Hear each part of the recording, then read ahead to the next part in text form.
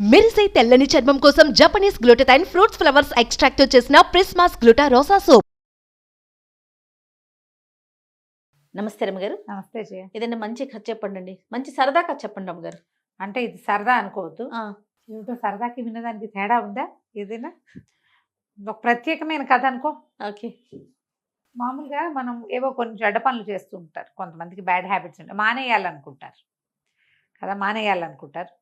ఏదో ఒక సందర్భంలో మళ్ళీ కెలుస్తూ ఉంటుంది, లోపల పురుగు మసులుతూ ఉంటుంది, మళ్ళీ చేసేస్తారు. అప్పుడు ఏదైనా ఒక బ్యాడ్ ఆమె చెడ్డది జరిగిందనుకో, ఒక జరగకూడదు ఒక దురదృష్టకర సంఘటన జరిగితే మనం మొదలెట్టడం వల్లే జరిగిందని అనిపిస్తుందా? అవును, ఆ శంక ఉంటుంది కదా. ఆ శంకని గురించి చెప్పే కథ ఇది. తప్పకుండా. పూర్వం అంటే ఒక పల్లెటూళ్ళలో కొంచెం అడవికి మోపుగా ఉన్న ఊరట అది. ఒక కాపు యువకుడు ఉండేవాడు. కులం కాదు, ఈ గొడ్లు కాసే వృత్తి వాళ్ళది, వ్యవసాయ పనులు చేసేవాడు. ఏవో గొడ్లు కూడా ఉండేవి వాళ్ళకి. దానికి క్రమంగా విసుగు పుట్టింది. వీడు భలే సాహసి ఆ కుర్రాడు. వాడికి బాణం వేయటం చాలా ఇష్టమట, ఎంత దూరానికైనా వేసేసేవాడు, గురి తప్పేది కాదు. అయితే ఏమైంది, వాడికి ఎన్నాళ్ళు ఈ వ్యవసాయ పనులు చేస్తాం, ఎంతసేపు ఏటేళ్ల పని చేస్తూనే ఉండాలి కదా, మనకి బోళ్ళంతా విలువిద్యొచ్చు, ఏదైనా 2 జంతువులను కొడితే రోజు గడిచిపోతుంది. అలా అనిపించి అడవిలో లేళ్ళని, దుప్పుల్ని, కుందేళ్ళని వేటాడుతూ ఉండేవాడు. వాడి భార్యకి అంత పెద్ద నచ్చేది కాదుట ఈ పని చేయటం. అలా ఎందుకు, మనకి గొడ్లు గోదా ఉన్నాయి, మన గొడ్డును ఎవరైనా కొడితే మనకి ఎట్టా ఉంటుంది, మరి బాధ కదా, బాధగా ఉంటుంది కదా. అందుకని వద్దనేది, కానీ అతను వినేవాడు కాదు. ఇది సులువు, ఆహారం ఈజీగా వచ్చేస్తుంది, ఎవరికైనా అమ్మేస్తే డబ్బులు వచ్చేస్తాయి, మార్కం వస్తుంది. అప్పుడు వస్తు మార్పిడి ఉండేది కదా, అందుకని ఇలా చేసేవాడు. బాగా కొట్టేసేవాడు. ఎవరికైనా ఏదైనా ఒరే దుప్పి కావాలరా, రేపు మా ఇంట్లో భోజనాలు ఉంటే మధ్యాహ్నం వెళ్ళి పట్టుకొచ్చేసేవాడు. బాగా చేయగలిగేవాడు. అయితే ఏమైందట, ఒకసారి వీడు అడవిలో ఏదో ఒక జంతువులను కొట్టడానికే వెళ్ళాడు. వెళ్తే ఒక చోట ఏదో బూరా ఊదినట్టు, ఎవరో మనుషులు మసులుతున్నట్టు కనపడింది. అక్కడ ఒక పెద్ద పందిరి లాంటిది ఉండి, కొంచెం ఓ పక్కకు అడ్డం వేసింది, పందిరే. ఏమిట్రా అని పందిరి దగ్గరికి వెళ్ళాడు. ఎవరున్నారో తెలియకుండా దూసుకెళ్ళిపోకూడదు కదా. సరే, యువతలే నుంచి చూస్తే 3 పొట్టి వాళ్ళు కనిపించారట, మరుగుజ్జులు, పొడుగాటి అంగీలు, కుచ్చుట్టు తలపాగాలు పెట్టుకుని ఏమిటో చేస్తున్నారు. వాళ్ళు ఏం చేస్తున్నారు, ఒకడేమో పొయ్యి ఎగసని తోస్తున్నాడు, పొయ్యి వెలిగించింది, పొయ్యి పైకి పుల్లలు తోస్తున్నాడు. రెండో వాడు ఒక పాత్రలో, ఒక పెద్ద పాత్ర ఉంది, దాని మీద పాలు పోస్తున్నాడు. మూడో వాడు ఆ పాలను ఏదో ఇట్ట కళ్ళి తిప్పుతున్నాడు. కళ్ళి తిప్పుతుంటే చూస్తున్నాడు, ఏదో చేస్తున్నారు వీళ్ళని తెలిసింది. ఆ పాలు అవి కాగి ఇంకా అందులో ఏమిటేమిటో వేస్తున్నారు, తీపి వాసన వస్తుంది. వీళ్ళు ఏదో తీయటి వంటకం చేస్తున్నారు.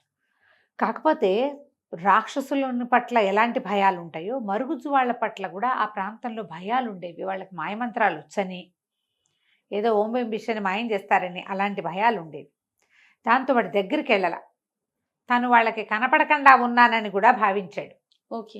ఒక చెట్టుకి బాగా చాటు చేసుకుని ఇట్లా మొహం మాత్రం బయట పెట్టుకుని చూసుకుంటున్నాడు. సగం మొహం పెట్టాడు బయట. వంటకం ఏదో అయిపోయాక ఆ పొట్టి వాళ్ళలో ఒకడు ఒక బూరా తీసి ఊదాడు.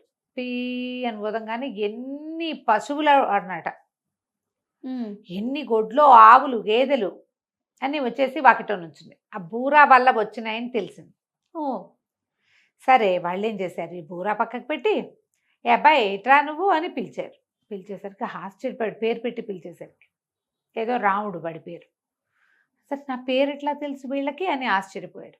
తర్వాత వాళ్ళు ఏం చేశారు, 3 పదార్థాలు 3 బౌల్స్లో ఉన్నవి చూపించారు. రారా అబ్బాయి, దా ఇక్కడ కూర్చో, మాతో పాటు కూర్చో అని చెప్పి 3 బౌల్స్ చూపించి, ఈ దీంట్లో 3 నీకు ఏది కావాలో తీసుకుని తాగమన్నారు.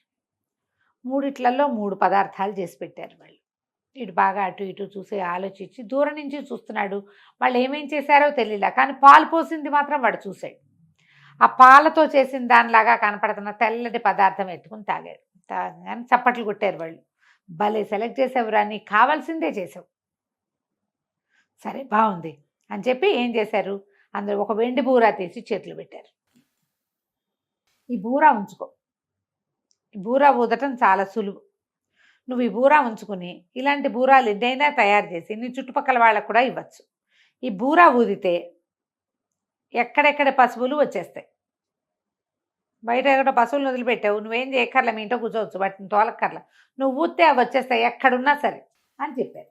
చెప్పి అబ్బాయి జంతువుల్ని కొట్టకరా, హాయిగా వ్యవసాయ పనులు చేసుకో, గొడ్లు కాచుకో, దేన్ని బాణం వేసి కొట్టద్దు అని చెప్పారు. చెప్పాక వీడు కాస్త అటు ఇటు చూసరికి మొత్తం టింగుమని ఆ పాకతో సహా మాయమైపోయింది.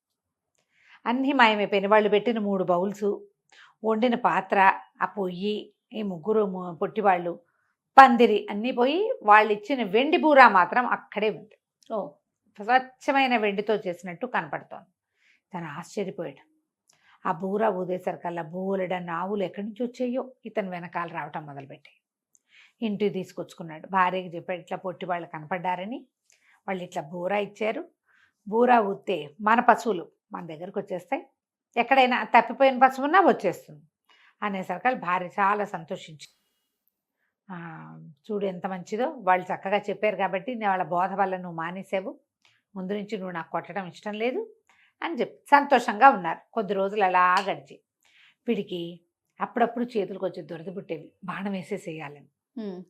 ఆలోచించి ఆలోచించి ఆలోచించి ఒకరోజు ఏం చేశాడు, భార్య చూడకుండా ఆవుల్ని అడవికి తోలుకెళ్ళి ఒక విల్లంబులు పట్టుకెళ్ళి ఒక పైన ఎక్కడో కొండ మీద కనపడినటువంటి ఒక లేడీని కొట్టాడు. మామూలుగా ఏం చేసేవాడు, ఇంటికి వచ్చేటప్పుడు వాకిట్లో ఉండగానే ఆవులు వచ్చేవి అతని వెనకాల పీ అని బూరా ఊదేవాడు. వీడు వచ్చినట్టు తెలిసి భార్య రోజు ఎదురొచ్చేది సరదాకి. అదే మామూలుగా బండి శబ్దం కాగానే భార్యలు బయటకు వచ్చి చూస్తారు కదా, అట్లా. అయితే వీడు బూరా నోరు పగిలిపోయింది, వీడికి నోరంతా నెప్పెట్టింది. ఎన్నిసార్లు ఊదినా, ఎంతసేపు ఊదినా అమ్మాయి రాలే బయటికి. ఆశ్చర్యపోయాడు, ఏమైపోయింది భార్య అంటే, ఇల్లుగానే ఉంది, పెళ్ళం లేదు ఇంట్లో, ఆవులు ఉన్నాయి, బూరా బుత్తి ఆవులు వస్తున్నాయి, భార్య మాత్రం రావట్లా. ఇక ఎంత వెతికినా ఆ భార్య అతనికి దొరకలా. ఏం చెయ్యాలో తెలియలే.